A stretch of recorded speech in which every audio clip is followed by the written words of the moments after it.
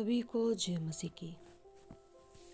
आइए आज हम जानते हैं वचन मत्ती 18 का 18। बहुत से मसीहों को नहीं पता है कि अपने जीवन से शैतान को हमें कैसे दूर करना है, कैसे आउट करना है, उसे कैसे बांधना है।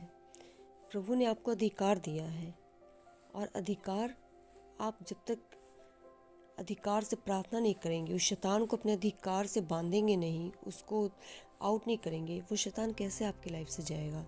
वो शैतान ये नहीं कि सामने से आ गया शैतान और आपको, वो हर तरह का शैतान किस तरह का होता है, जिससे आपके घर में किसी चीज़ की प्रॉब्लम है, बीमारी है, परेशानी है, जॉब की परेशानी, जीवन के किसी भी क्षेत्र के ट्रबल को आप कह लो, ये शैतान ही तो है।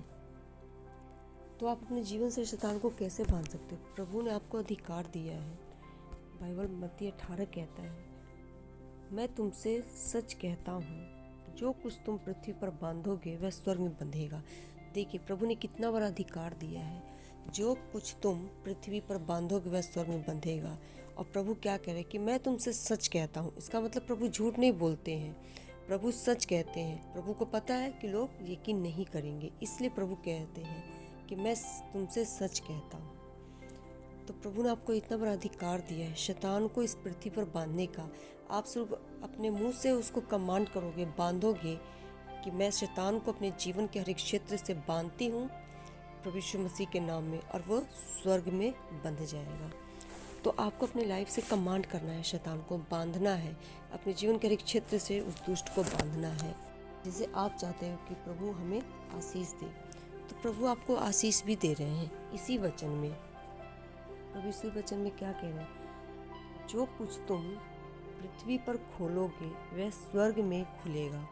तो देखिए प्रभु कितना बड़ा अधिकार दिए है, आपको कहीं जाने की जरूरत नहीं है।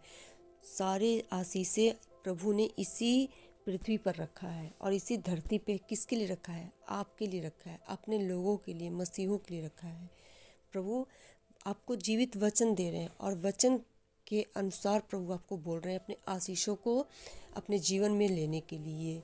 उस दुष्ट को अपने जीवन से, अपने घरों से, अपनी लाइफ से, अपने बच्चों की लाइफ से, अपने जीवन के हर एक क्षेत्र से, हर एक एरिया से उस दुष्ट को आपको बांधने का अधिकार दे रहे, उस दुष्ट को दूर करने का, आउट करने का अधिकार आपने दिया। लेकिन बहुत से मसीह हैं जो वचन को क्लेम नहीं करते हैं, वचन के गहरे भेद को नहीं जानते हैं, और वचन के बीच से वो प्रार्थना नहीं करते, वचन के बीच से वो शैतान से नहीं लड़ते हैं। हमारा लड़ाई किससे है? हमारा लड़ाई किसी मनुष्य से तो नहीं है ना। हमारी लड़ाई, हमारा युद्ध आत्मिक सेना से है। हम आत्मिक लड़ाई लड़ रहे हैं, ना कि किसी संसारिक चीज़ों से लड़ रहे हैं, ना संसार के किसी मनुष्य से लड़ रहे हैं। तो आपको आत्मा में मजबूत होना पड़ेगा, और आत्मा की मजबूती क्या है?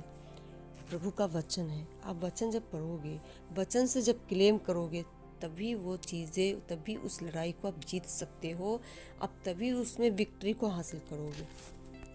तो अगर आपको आशीष चाहिए प्रभु से, जैसा भी आशीष हो आपको चाहिए अपने जीवन के हर एक क्षेत्र में, जो भी आप आशीष लेना चाहते हो, तो आप इसी वचन को क्लेम करोगे। प्रभु इसी वचन को कह रहे हैं कि जो कुछ तुम पृथ्वी पर खोलोगे वह स्वर्ग में खुलेगा। तो आप अपनी लाइफ में हर एक आशीषों को ले सकते हैं।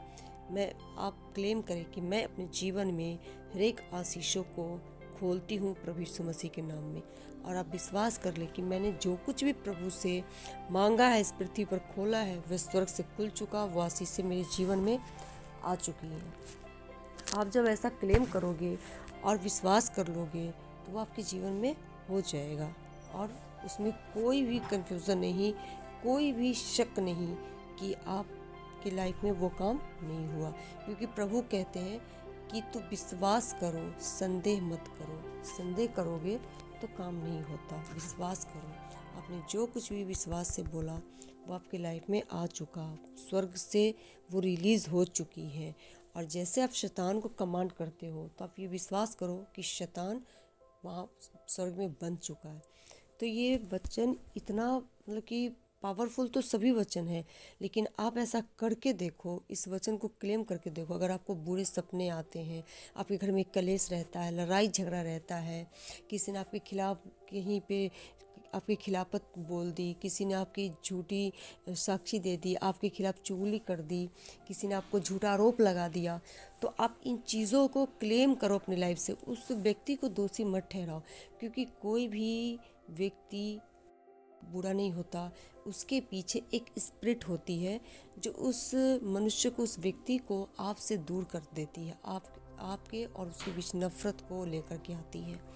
तो आप इस वचन को जब क्लेम करोगे, सारे शैतानी चीज़ों को जब बांधोगे, और मैं विश्वास करती हूँ कि आप जिस दिन इस वचन को क्लेम करोगे, वो शैतान आपकी लाइफ से दूर होगा, आपके घर से आउट होगा, और कभी भी आपके शैतान आपकी लाइफ में नहीं आ सकता। वो आपके किसी चीज़ को नहीं छू सकता, आपके लाइफ में कोई ट्रबल नहीं रह सकता। और जो आशीष आप लेना चाहते हो खुदावंद से, वो प्रभु आपके लिए रिलीज़ करेंगे अपने स्वर्ग से, क्योंकि वचन ही सत्य है। और जो लोग वचन की सच्चाई को जानते हैं, वो वचन की बीच से ही प्रार्थना करते हैं। आप वचन के बीच से प्रार्थना करो। फिर इसी वचन में लिखा है, मैं तुमसे कहता हूँ, यदि तुम में से 2 जन पृथ्वी पर किसी बात के लिए एक मन होकर उसे मांगे, तो वह मेरे पिता की ओर से जो स्वर्ग में है उसके लिए हो जाएगा। क्योंकि जहाँ 2 या 3 मेरे नाम पर इकट्ठे होते हैं, वहाँ उनके बीच में मैं होता हूँ। देखिए प्रभु कितनी बड़ी प्रतिज्ञा कर रहे हैं। जहाँ 2 या 3 जन मिलकर प्रार्थना करते हैं, प्रभु उनके बीच में होता है, प्रभु की उपस्थिति वहाँ होती है, प्रभु का सिंहासन उनके बीच में लगता है, प्रभु वहाँ पे हाजिर हो जाते हैं। क्योंकि प्रभु उस स्वर्ग से देखते रहते हैं कि जहाँ मेरे नाम में 2 या 3 जन होते हैं, वहाँ पे प्रभु हाजिर हो जाते। प्रभु का एक कितना बड़ा प्रतिज्ञा है, कितना बड़ा वायदा है प्रभु का। तो आप 2 या 3 जन कैसे इकट्ठे हो सकते हो? अगर आपकी फैमिली सब आप विश्वास में हो, तो आप पूरी फैमिली प्रार्थना करो। बहुत से घरों में सुनने को देखने को भी मिलता है कि आप जैसे हस्बैंड विश्वास में है तो उनकी वाइफ विश्वास में नहीं है, किसी की पत्नी विश्वास में है तो उनका पति विश्वास में नहीं है, बच्चे विश्वास में नहीं है, तो उस घर में थोड़ी प्रॉब्लम होती है प्रार्थना करने में। तो आपके घर में अगर कोई विश्वासी नहीं है, सिर्फ अगर आप हो विश्वासी, पति हो या पत्नी हो या बच्चे विश्वासी हो, तो आप बैठो वहाँ पे, प्रार्थना के लिए बैठो, और अपने विचारों, अपने विज़न में अपनी फैमिली को भी बैठाओ। उसी लाइन में जहाँ पे आप बैठे हो, वहीं पे अपने विज़न में देखो कि आपकी पूरी फैमिली यहाँ पे बैठी हुई है, और प्रभु से बोलो, प्रभु हम सब, प्रभु यहाँ पे हम सारी फैमिली इकट्ठे होकर के आपसे प्रार्थना विनती करते हैं। बेशक आपकी फैमिली आपके साथ नहीं है, लेकिन आपको अपने विज़न में ये चीज़ों को देखना है, और अपनी फैमिली के साथ आप सोचो, मैं फैमिली प्रेयर कर रही हूँ, और फैमिली के साथ बैठ करके प्रार्थना करो, और इन चीज़ों को कमांड करो, दुष्ट को कमांड करो, और अपने जीवन में उस आशीषों को खोलो। क्योंकि प्रभु ने आपको अधिकार दिया है, सारे आशीषें प्रभु आपके हाथ में दिए हैं। बस कुछ लोगों को पता नहीं होता है कि आशीषें मेरे जीवन में कैसे आएगी। आप इस वचन को जब पढ़ेंगे, आपको पता हो जाएगा कि आशीष कैसे आती है, हम आशीष को कैसे खुलवा सकते, कैसे खोल सकते, खुद से खोल सकते हैं। तो आप फैमिली प्रेयर ज़रूर करें। अगर आपकी फैमिली नहीं मानती तो आप अकेला भी बैठो, पर आपको रोज़ एवरी डे आपको अपनी फैमिली के लिए प्रार्थना करना, अपनी फैमिली के साथ प्रार्थना करना है, और आप अपने जीवन में देखेंगे प्रभु अद्भुत रीति से आपके जीवन में काम करेंगे, और आपके जीवन में हर एक आशीषों को रिलीज़ करेंगे। ये मैं विश्वास करती हूँ। प्रभु आप सबको आशीष दे। आप सब ब्लेस हैं प्रभु यीशु मसीह के नाम में।